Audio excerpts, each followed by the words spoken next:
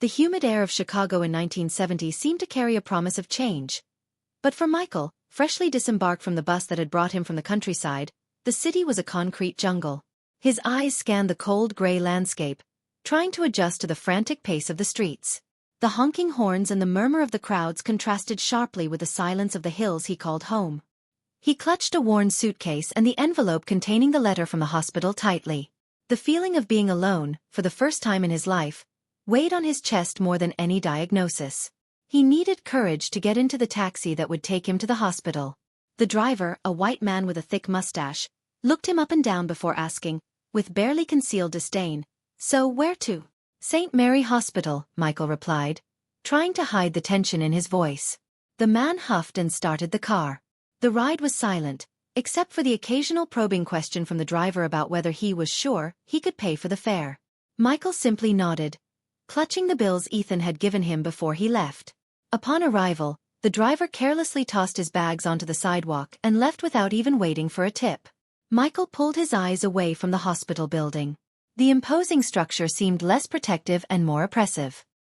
He squared his shoulders, forcing himself to walk to the reception desk.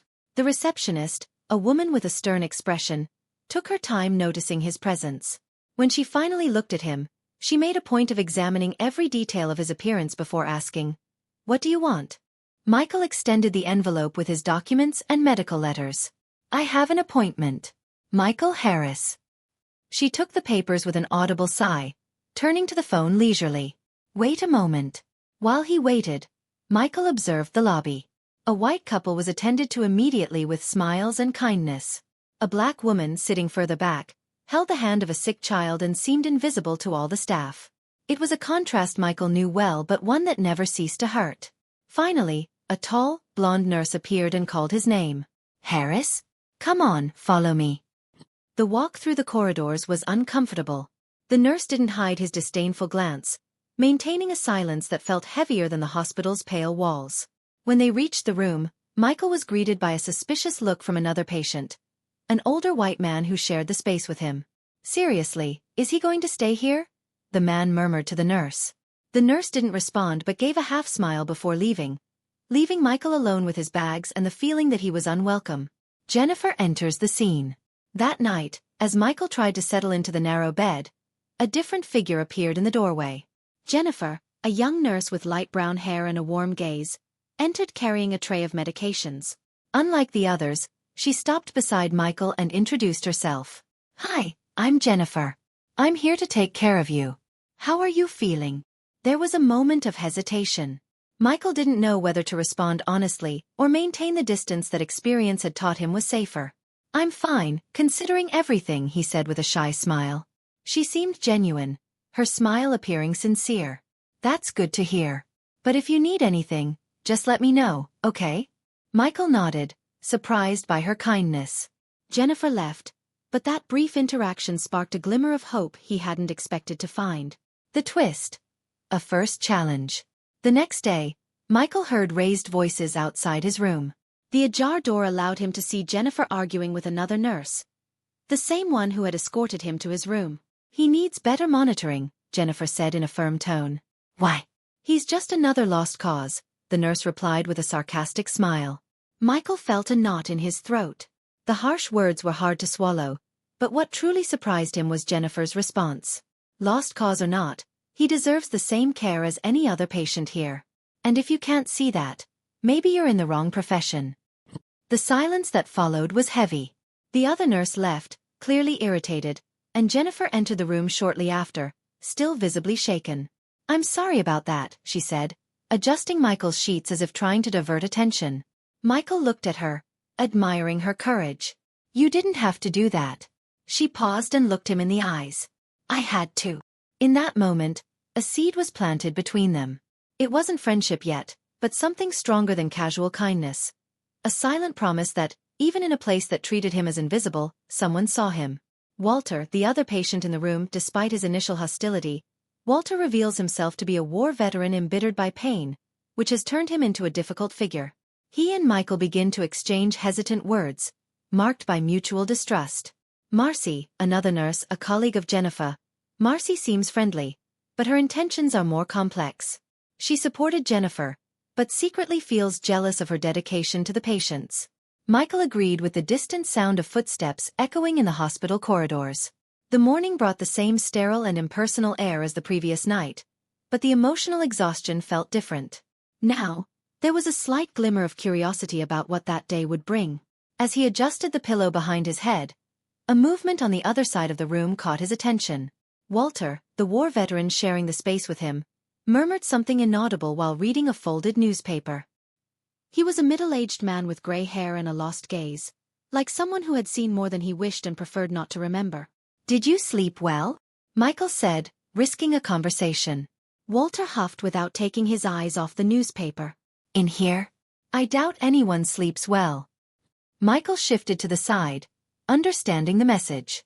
He didn't press further, but something about Walter's dry moment made him think that he held more inside than he let on. Jennifer returns. The silence was interrupted by Jennifer's arrival. Her white uniform shone, but her eyes carried signs of fatigue. She entered with a clipboard and a tray of medications, her sincere smile reappearing when she saw Michael awake. "Good morning. Ready for another exciting day?" she said while checking his specific signs. "I don't even know what to expect," Michael replied. "Well, I'll do my best to make sure it's not too bad." Walter let out a short, sarcastic laugh. "Good luck with that, nurse." Jennifer looked at him, a mix of patience and firmness in her gaze. "Walter, I know you enjoy complaining, but let's try to keep the mood light, okay?" He offered the newspaper as a shield. "Whatever." Michael watched their interaction with curiosity. There was something familiar in Walter's bitterness, something that reminded him of Ethan, his brother, who always carried the family's burdens. When Jennifer left, Michael decided to take a chance. "You don't seem to like it here much." Walter lowered the newspaper, looking at him. "Do you like it?" "No. But it seems like you hate it more." There was a silence before Walter replied. "That's what happens when you come in and out of places like this for years." Michael wanted to ask more, but he sensed that was all Walter was willing to offer at that moment. Marcy and the tense environment. While Michael reflected on their conversation, another nurse entered the room. Marcy. She was blonde, with a perfect smile and precise movements. Unlike Jennifer, her kindness felt rehearsed, something Michael picked up on immediately. "How are we doing today, folks?" she said, placing her hands on her hips. Walter merely grumbled, while Michael politely replied, "Well, thank you." Marcy looked at Michael for a moment, as if trying to gauge something. "Jennifer mentioned you. Seems she has a special care for you here." Michael didn't know how to respond. The phrase seemed innocent, but there was something in her tone that suggested otherwise. "She's good at what she does," he finally said. "Yeah, she tries. Sometimes she tries too hard," Marcy said before leaving, her smile not reaching her eyes.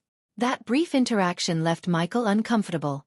He still didn't understand the power games in that hospital, but something told him that Jennifer was more involved in it than she let on. The conflict in the hallway.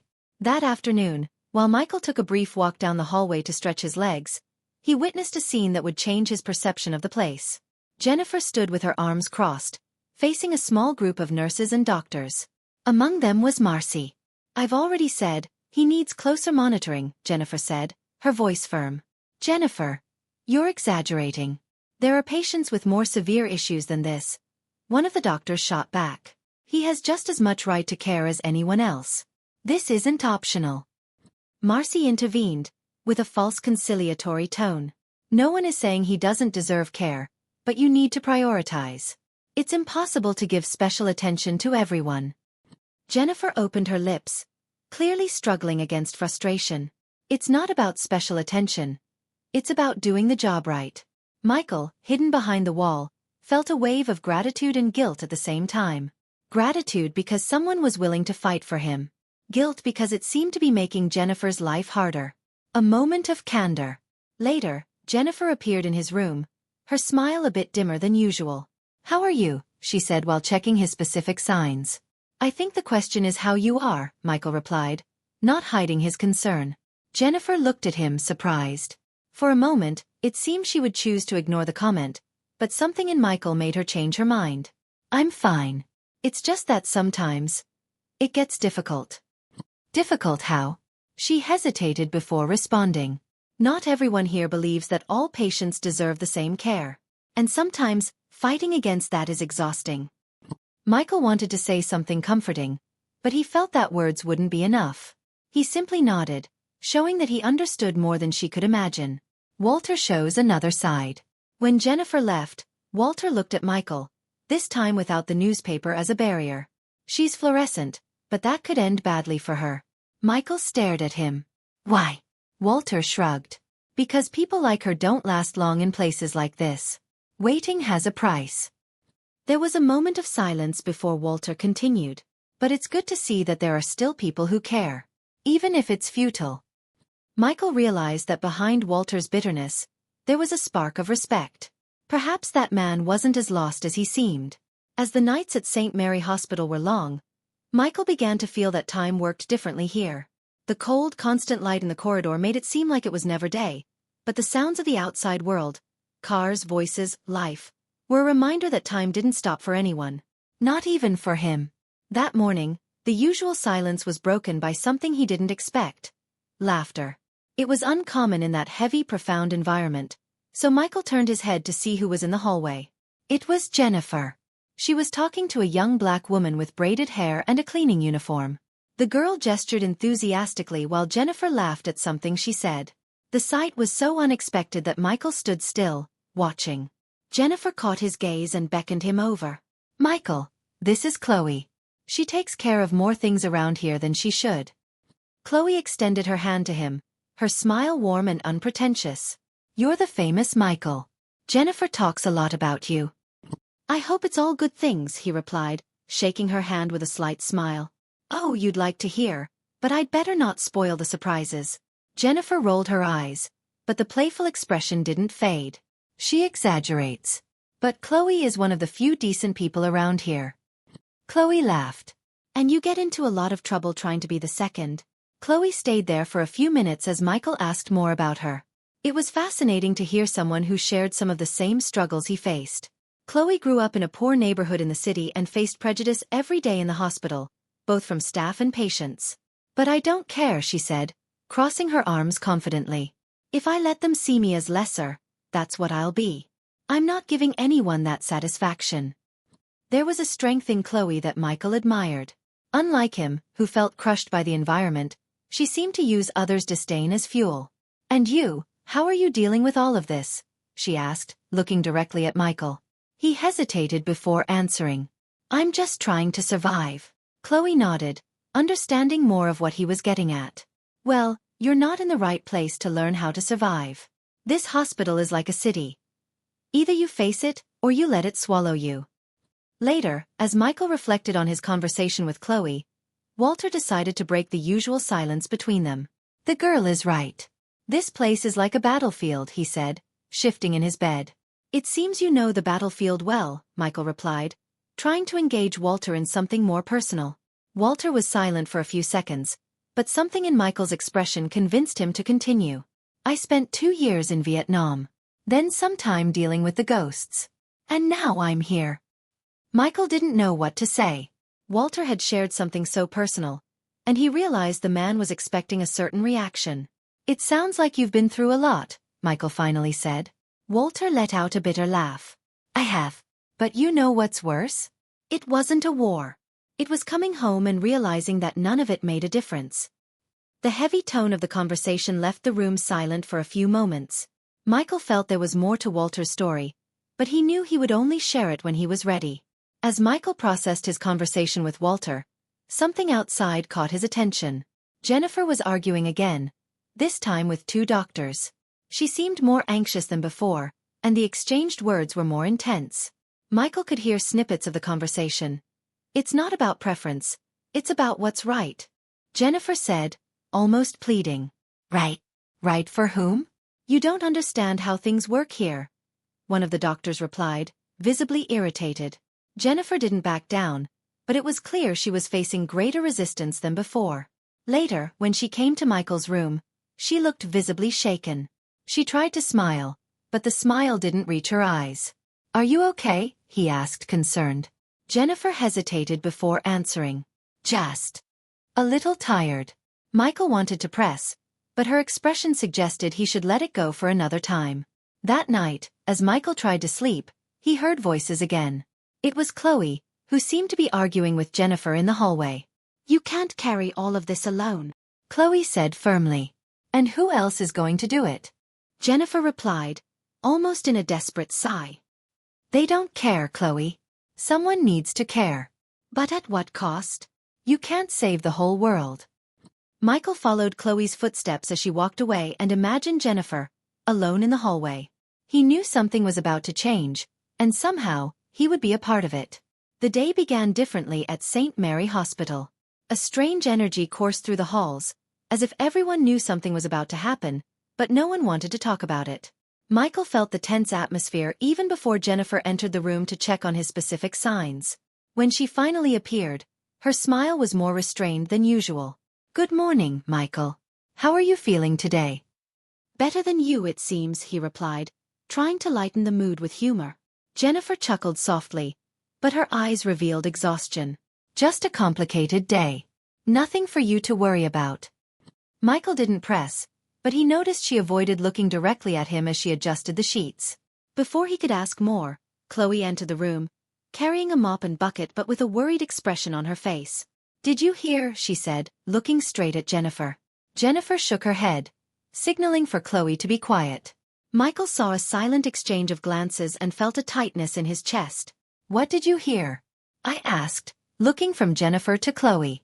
Jennifer sighed, as if she was about to explain, but Chloe interrupted her. "One of the patients in the next ward, he didn't make it." The silence in the room was immediate. Michael looked at Chloe, who was staring at the floor, and then at Jennifer, who seemed to be searching for the right words. "This happens, Michael," Jennifer finally said in a calm tone. "Some people come here in very serious conditions, and we can't always help." "That's not all, Jennifer, and you know it," Chloe insisted, crossing her arms. "Their negligence killed that man." The argument heated up.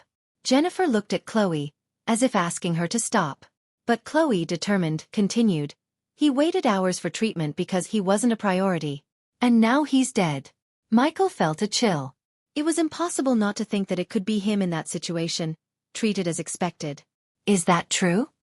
he said, his voice low but filled with tension.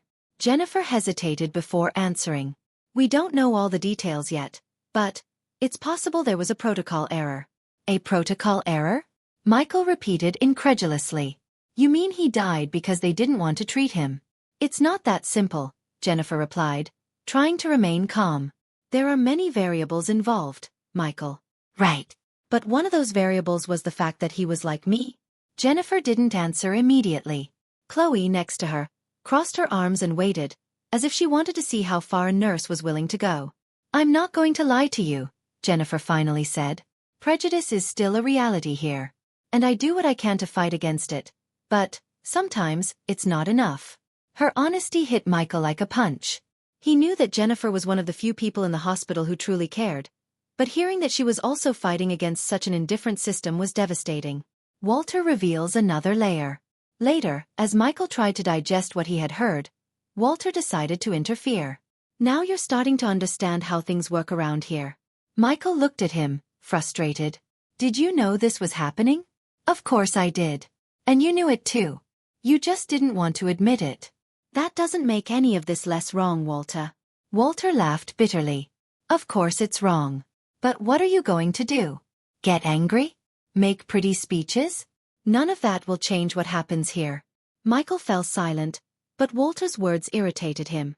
He knew the man was partly right, but he also knew he had to believe there was something that could be done. "Maybe you've already given up, but I won't," he finally said. Walter raised an eyebrow, as if challenging Michael to prove his words. A new threat. In the middle of the afternoon, the tension in the hospital reached a critical point. A group of relatives of deceased patients entered the building, demanding answers. Their voices echoed through the halls, creating an atmosphere of widespread discomfort. Jennifer was called to speak with the higher-ups, and Chloe was quickly taken away, apparently to prevent her from making any explosive comments.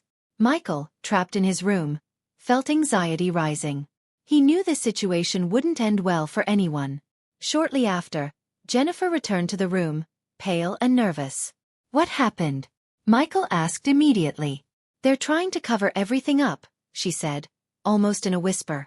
We're saying the patient was already terminal and that there was nothing that could be done. But that's not true, Michael insisted. I know. And you know.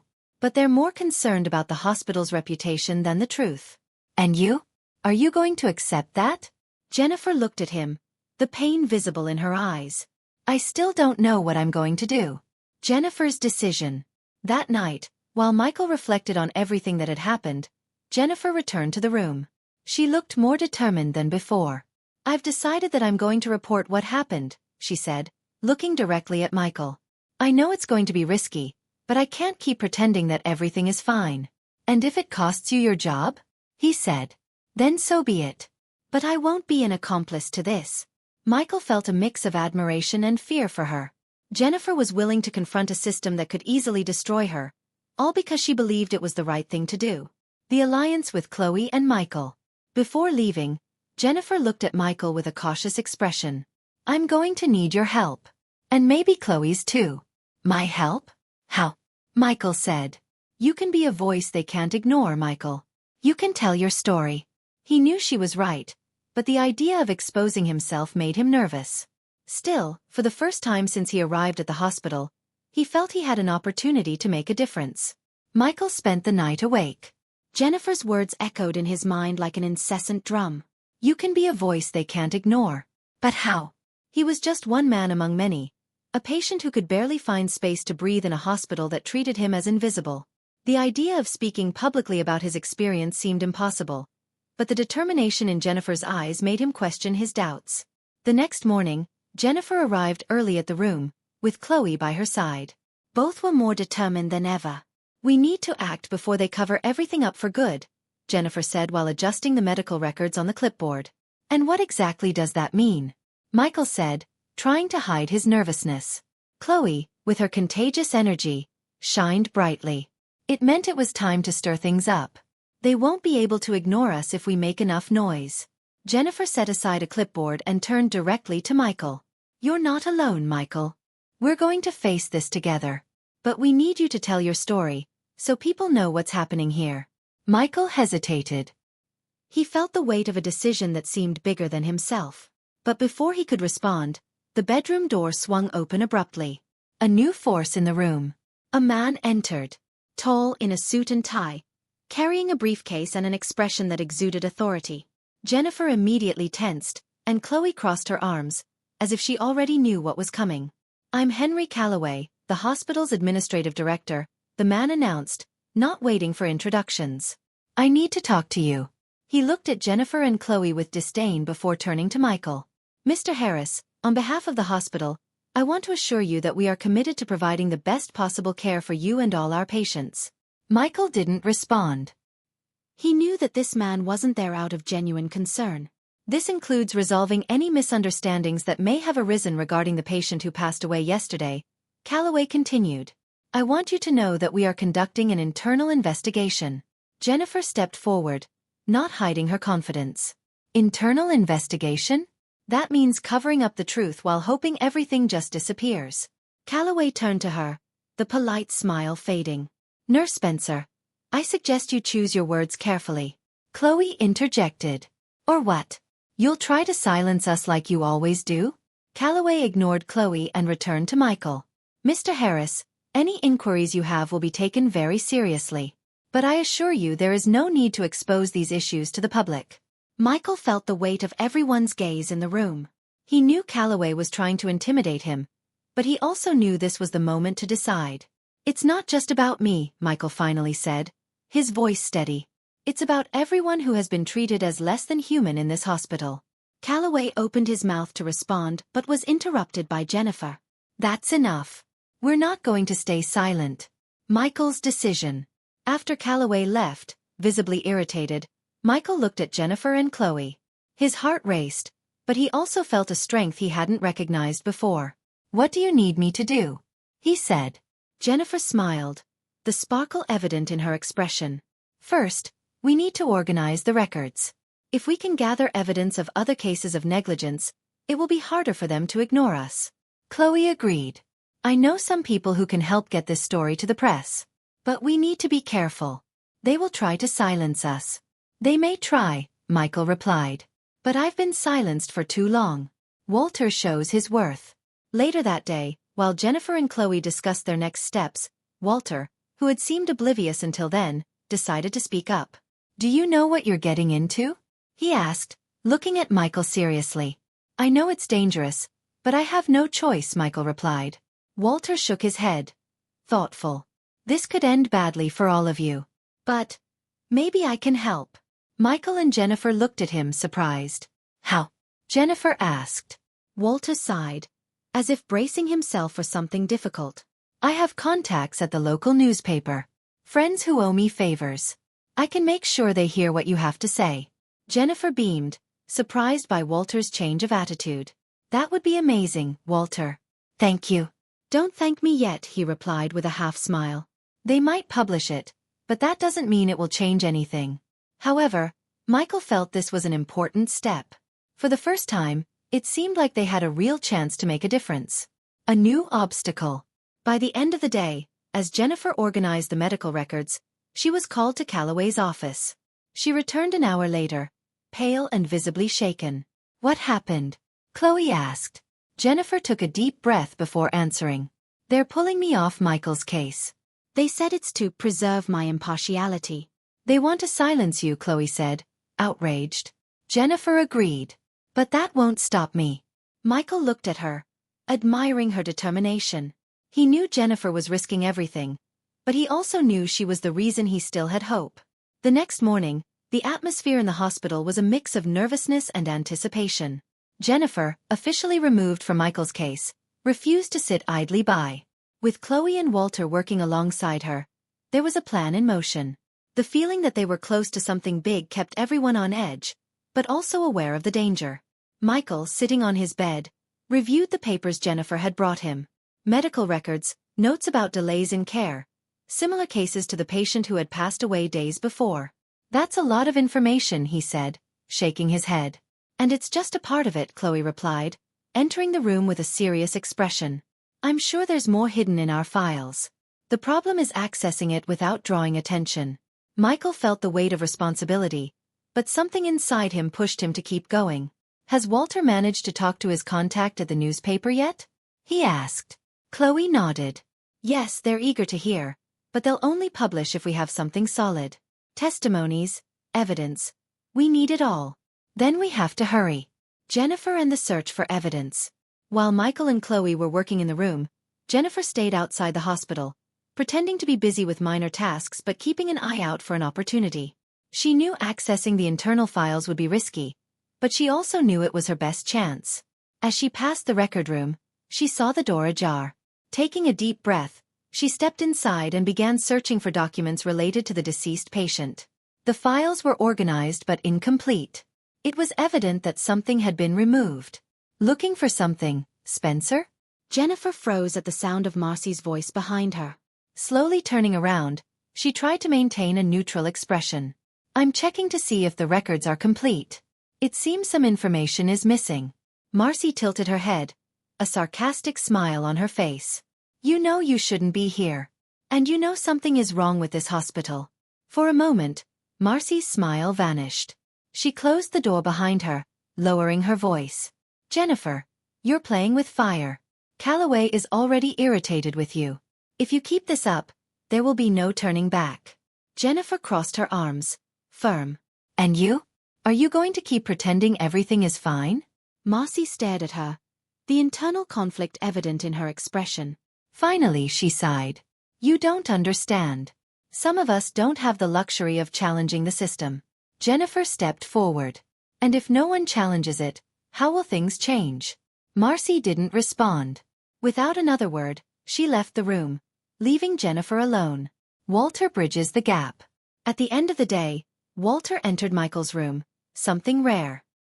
He brought a folded newspaper and a stack of papers. I spoke with my friend at the newspaper, he said, throwing the material on Michael's bed. He said they will publish it, but only if someone is willing to go public. Michael looked at the papers and then at Walter. Are you talking about me? I am. And you? Can't I share what I know? Walter laughed humorlessly. No one cares about an old bitter man. But you have something that people will listen to. Michael fell silent, staring at the papers. He knew this was a unique opportunity, but he also knew that by doing this, there would be no turning back. The first major twist. That night, while Jennifer and Chloe discussed their next steps, an alarm blared in the hospital. It was the kind of thing that made everyone freeze in place. "What's happening?" Michael said, looking at Chloe. Chloe ran to the door, peering into the hallway. It seems someone tried to access the hospital's servers. Servers? Who would do that? Before she could answer, Jennifer burst into the room, breathless. "We need to be quick. They're locking down access to the records." "Locking down why?" Chloe said. Jennifer hesitated before answering. "Because we know we're close to discovering something." Michael felt his stomach churn. The hospital was clearly on high alert, and that only made the situation more dangerous for all of them. Michael's dilemma. That night, while everyone tried to plan their next steps, Michael found himself alone with his thoughts. He looked at the materials Walter had left and felt the weight of responsibility. He knew that exposing what was happening was the right thing to do, but he also knew it could have consequences not just for him, but for Jennifer, Chloe, and even Walter. Finally, he decided he could no longer back down. He took the papers and began organizing everything he knew, preparing to tell his story. Michael had never felt such pressure. Sitting on the edge of the bed, with papers scattered around him, he tried to organize his thoughts while the voices in his head confronted him. Every decision felt heavy with meaning. Exposing what he knew would mean directly challenging the hospital, risking everything, but staying silent would be even worse. Jennifer entered the room, bringing coffee and a notebook. "I know this isn't easy," she said, pulling a chair to sit beside him. "But you're not alone, Michael." He nodded, though he still felt the knot in his throat. "And what if nothing changes? What if they just ignore it?" Jennifer placed her hand on his shoulder, firm. "Then at least we'll know we tried." Chloe appeared at the door shortly after, with a tired smile.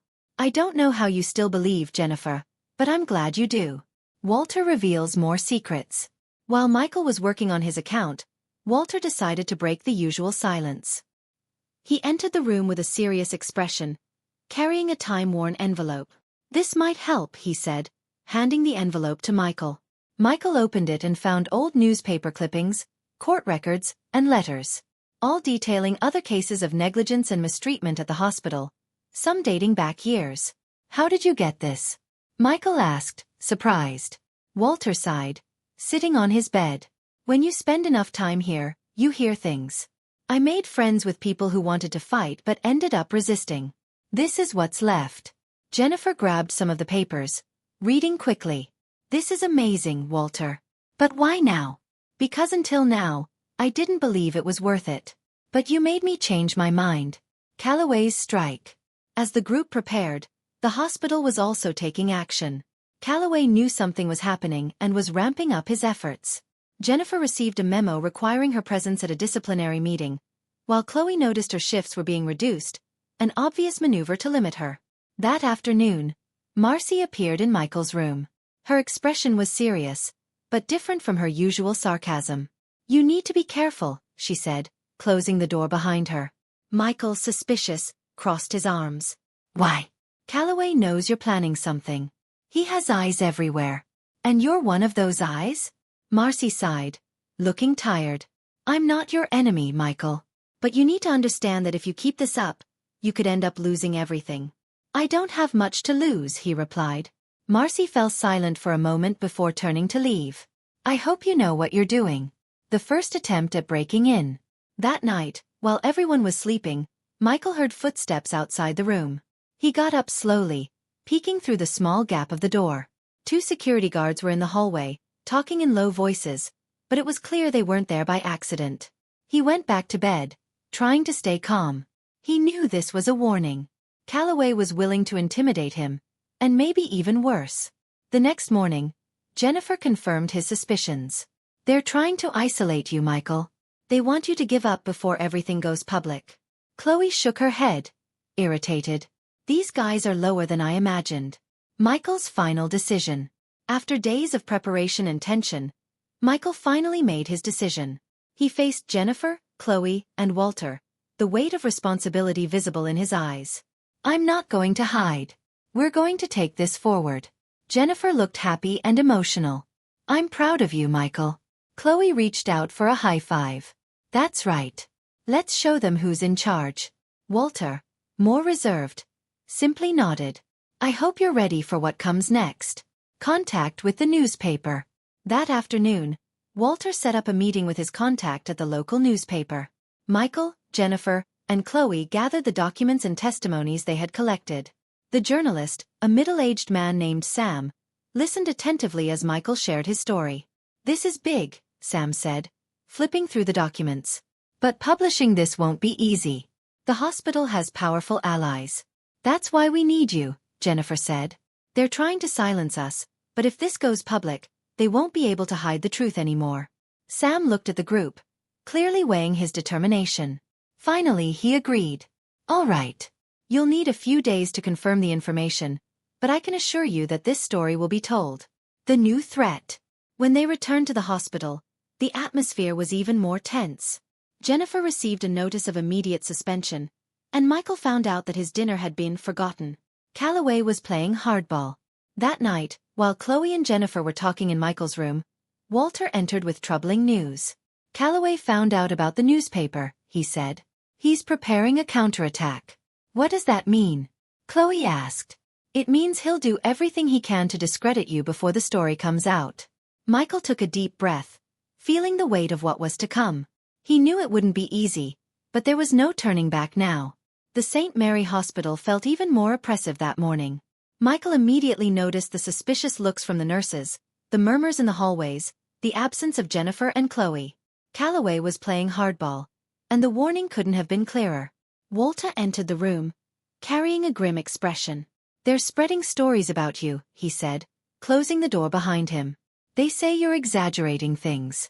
That you just want money. Michael clenched his fists. They're trying to destroy my reputation. It's more than that. I'm saying they're painting you as a danger to the hospital. If you're not careful, they might even try to forcibly remove you from here. Michael knew Walter was right. Calloway was ruthless and would do whatever it took to silence them before the story was published. The security breach.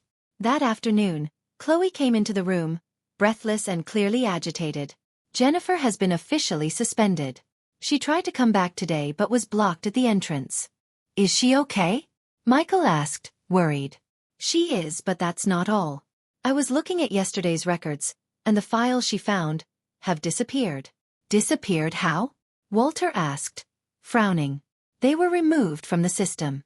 Calloway is cleaning up any evidence before the newspaper publishes the article. Michael felt his stomach churn. Without the documents, they wouldn't have any proof of the allegations. We need to act fast, he said, trying to stay calm.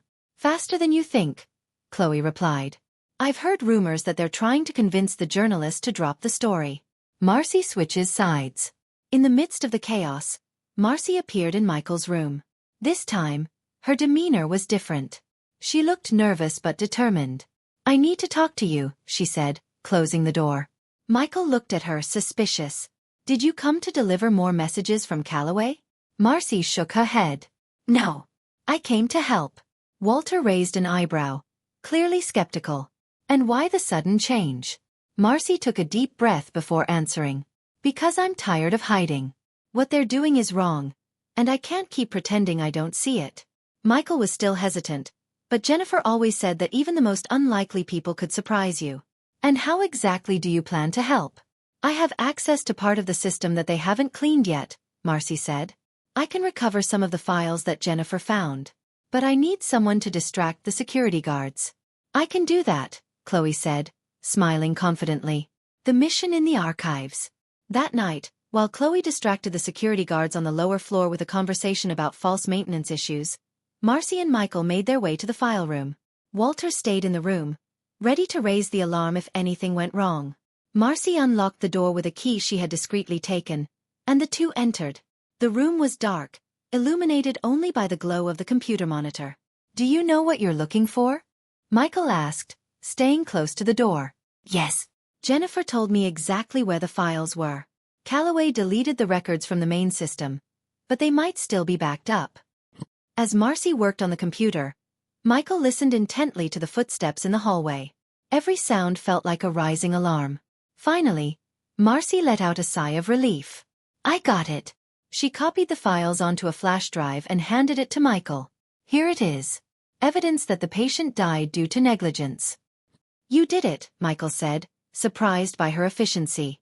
"I'm not done yet," Marcy replied. "We need to get out of here before someone notices."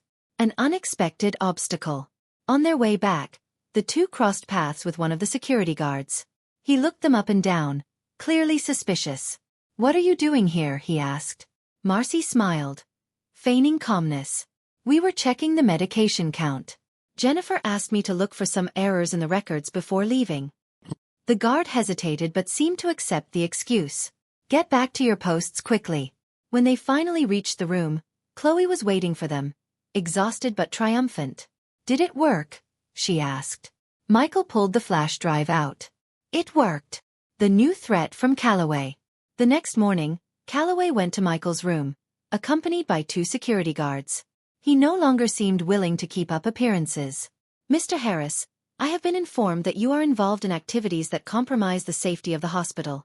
Michael stared back firmly. "I'm just trying to expose the truth." Calloway gave a cold smile. "A truth? Let's see if anyone believes you once they learn about your history. Rest assured, there are things you don't want coming to light." Michael felt his heart race. Was Calloway bluffing, or did he really have something against him? "It doesn't matter what you say about me," Michael replied. "It doesn't change what you did." "We'll see," Calloway said before leaving. Preparation for disclosure. With the flash drive in hand, Jennifer and Michael sent the files to the journalist, who assured them that the story would be published in 2 days. But the group knew that the coming days would be critical. "They're going to play dirty," Jennifer said. "We need to be prepared for anything." Michael looked at her, Chloe, Walter, and even Marcy. They were an extraordinary team, but at that moment, they were his only chance. "We're in this together," he said. Everyone agreed. But no one knew what Calloway might do next. 2 days later, the story was published. On the front page of the local newspaper, the headline was direct and shocking. "Deadly negligence. Patients expose St. Mary Hospital." The article detailed the case of the deceased patient, the recovered documents, and included an interview with Michael, who put his story in the spotlight. At the hospital, the impact was immediate. Staff whispered in the corridors, patients looked suspiciously at doctors and nurses, and the administration appeared to be on high alert. Jennifer entered Michael's room, holding the newspaper. Her smile was restrained but proud. "We did it." Michael looked at the headline and felt a wave of conflicting emotions. Relief at finally having told his truth, but also fear of what would come next. "Do you think it will work?" he asked. "They can't ignore this now." "It's in all the newsstands," Jennifer replied. "But don't think Calloway will just sit back." Calloway's counterattack. That afternoon, Calloway called a press conference at the hospital. In a calculated tone, he declared that the accusations against St. Mary were unfounded and based on misunderstandings. "We are committed to the health and well-being of all our patients," he said, looking directly into the cameras. "Unfortunately, there are people who are using individual tragedies to harm an institution that has served this community for decades." Behind the scenes, Calloway ordered lawyers to prepare lawsuits against the newspaper and threatened employees who might be involved in leaking the documents. Marcy, still working discreetly with the group, appeared in Michael's room with a worried expression. "He's playing hardball. They say he's going to demand an audit of all staff. If they find out I was involved, I'm done for." Jennifer placed a hand on her shoulder. "We're not going to let that happen, Marcy. You did the right thing." Michael looked at Marcy, who appeared visibly shaken. He knew that, just like him, she had a lot to lose. "We'll get through this together," he said. A twist in the night. That night, something unexpected happened. Walter, who had been the silent strength of the group, was found unconscious in the bathroom of the room. Jennifer was the first to rush to him, but it seemed that the veteran had been unconscious for some time. "He needs help now," Jennifer shouted as other nurses rushed to the scene. As Walter was hastily taken to the ICU, Michael felt his heart tighten. Walter had been the biggest supporter of the fight, and now he was in a critical situation. "This is my fault," he said softly. Chloe looked at him firmly. "It's not your fault. He always wanted to help, Michael. He knew the risks, but chose to fight the same way. The division in the group. The incident with Walter brought new developments to the group. Marcy began to question her decisions, while Chloe pushed for them to act faster. Chloe said, "We can't back down now. The story is out there. The public needs to hear more stories. More people like Michael." Marcy shook her head, hesitant. "What if Calloway manages to take us down? They have money, lawyers. I don't know if I can keep going." Jennifer tried to maintain calm among them. "We need to remember why we started this. It's for people like Walter, like Michael. We can't give up now." Michael, listening to the discussion, finally spoke up. "We can't let fear win. Calloway will do everything to intimidate us, but the truth is already out there. He can't erase that." A surprising new ally. The next day, while the group tried to reorganize their plans, they received an unexpected visit. Sam, the journalist responsible for the story, showed up at the hospital, accompanied by another man. "This is Dr. Howard," Sam said, introducing the gray-haired man. "He has worked here for over 15 years but requested a leave of absence after witnessing Calloway's practices." Jennifer opened her mouth in surprise. "Are you willing to speak publicly?" Dr. Howard agreed. "It's about time. I've seen too many wrong things here and couldn't change anything. But now that the story is exposed, maybe there's a chance to make a difference." Dr. Howard's presence gave the group a new energy. He brought stories that corroborated Michael's accusations, as well as documents that had gone unnoticed by the administration in the past. The final counterattack. With new allies and more attempts, the group began to plan their next move. Chloe suggested organizing a press conference with patients and staff willing to share their stories. Jennifer was particularly concerned, knowing that this would put everyone at greater risk. "Calloway will try to destroy us after this," she said. "Then let's make sure he can't," Michael replied. Walter, still in the ICU, was not present, but his struggle served as motivation for everyone. Michael knew this would be the biggest battle of their lives, but he decided to face anything to ensure the truth prevailed. The makeshift conference room was packed. Patients, journalists, hospital staff, and curious onlookers gathered to hear the voices that St. Mary Hospital tried to silence. In the center of the room, Michael prepared to speak. Jennifer, Chloe, Marcy, and Dr. Howard stood beside him, forming a line of defense that felt both likely and unbreakable. Walter was still in the ICU, but his fight was the flame that kept the group united. Michael looked at the small crowd in front of him and took a deep breath. It was time to turn years of pain into something greater. "Today, we want to show what really happens at St. Mary Hospital," he began, gripping the microphone with trembling hands. "It's not just about negligence. It's about a system that chooses who deserves to live and who is left to die." His voice, once hesitant, gained strength as he told his story. The lonely arrival in the city, the contempt he faced in the hospital, and the unexpected support from those who believed in him. Jennifer followed, explaining the abuses she had witnessed and the risks she would take by exposing them. "It wasn't easy to decide to do this. But I knew that if I stayed silent, I would be complicit in something wrong," Dr. Howard added, revealing even deeper secrets. He spoke of Calloway's direct orders to prioritize wealthy patients, even when it meant denying essential care to others.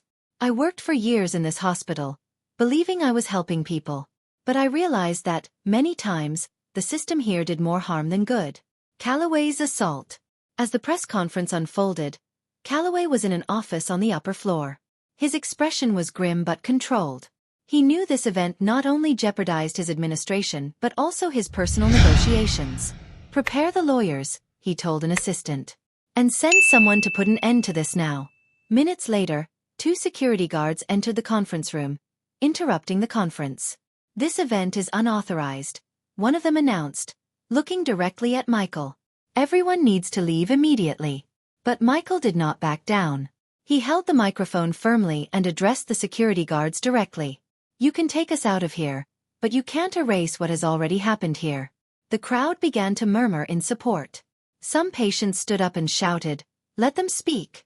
The pressure mounted until the security guards were overwhelmed. Calloway, watching from afar, realized he was losing control. An unexpected turnaround. Just when everything seemed to stabilize, Walter appeared at the door, supported in a wheelchair. The group was surprised to see him, still visibly weak but determined. "I thought I was going to miss the show," he said with a tired smile. Michael rushed to help him enter. Walter looked at the microphone and asked for it. "I have been in this hospital for years. I've gone through things no human should endure. But I never had the courage to fight. These people here," he said, pointing to Michael and the group, "showed me that it's never too late to do the right thing." Walter's words moved the audience. It was the moment needed to solidify the cause. Calloway finds his end. The next day, the article about the press conference and the allegations made headlines in newspapers across the state. With the increase in public pressure, a formal investigation was launched against the hospital. Calloway was called to resign and face legal action for the irregularities. Jennifer was summoned to testify, but this time as a heroine exposing corruption. Chloe, for her part, used her position to organize a support group for other staff and patients who wanted to report abuses. After weeks of doubt, Marcy decided to leave the hospital, but not before providing more evidence to help solidify the case against the administration. Michael, although still facing his health condition, felt something he hadn't felt in a long time: peace. A new hope. Months later, St. Mary Hospital underwent profound changes. A new administration was hired, committed to correcting the mistakes of the past and rebuilding the community's trust. Reforms were planned in patient care, prioritizing equitable treatment and transparency. Michael, still facing the challenges of his health condition, found a new purpose. He began working at a local community center, sharing his story and helping others face their battles against a system that was often inhumane.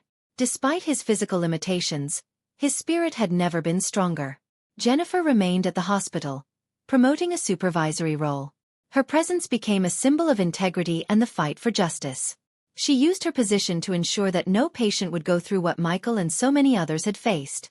Her relationship with Michael was strong, a friendship rooted in mutual respect and gratitude. Chloe became a vocal leader in advocating for healthcare workers' rights.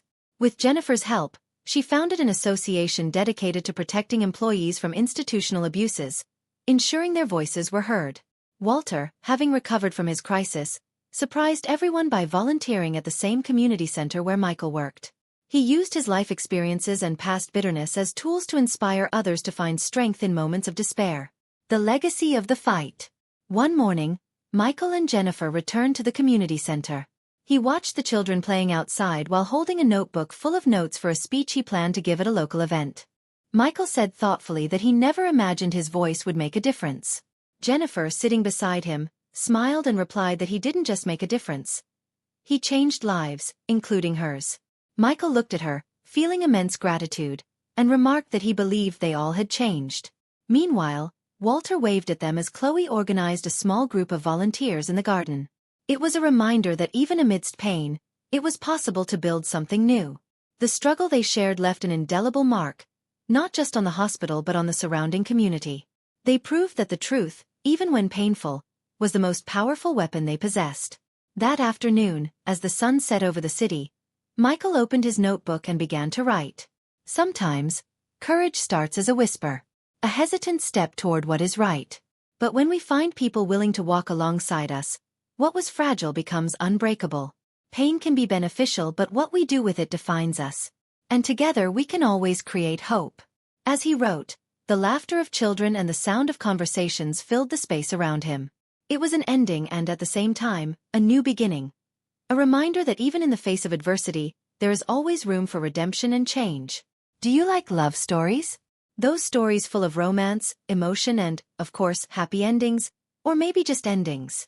Have you ever experienced a moment so strange or unusual that it seemed straight out of a movie? Then you're in the right place. Here we love to share stories that touch the heart, inspire and make you think. But we want to hear from you. Share in the comments your love story, that special moment, or even something that made you believe in the power of true feelings. Maybe your experience will inspire us to tell a new story in the future? Imagine seeing your story transformed into a tale that can move other people around the world. And if you liked this video, don't forget to leave a like. This not only motivates me, but also shows me that sharing these experiences makes a difference. After all, together we can create a space full of love, empathy and good stories. So come on, like, comment and of course share. Maybe the next chapter will be inspired by you.